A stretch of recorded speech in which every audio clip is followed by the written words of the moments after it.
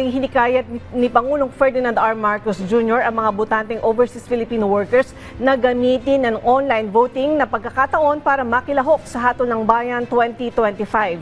Ayon sa Pangulo, sa tamang pagpili ng kandidato ay sama-samang bubuuin ng isang bagong Pilipinas. Narito ang pahayag ni Pangulong Marcos Jr. Tuloy-tuloy po ang overseas voting para sa halalan 2025. Ito po ang inyong pagkakataon na makilahok sa kinabukasan ng ating bayan. Ngayon, mas madali na ang pagboto. Kahit nasaan kayo sa mundo, hindi na kailangan pumila o bumiyahe. Sa pamamagitan ng online voting, may papahayag ninyo ang inyong boses na mabilis, ligtas at maayos. Gamitin natin ang karapatang ito. Piliin natin ang kandidatong may malasakit, kakayahan at may panindigan. Sa tamang pagpili, sama-sama natin bubuuhin ang bagong Pilipinas.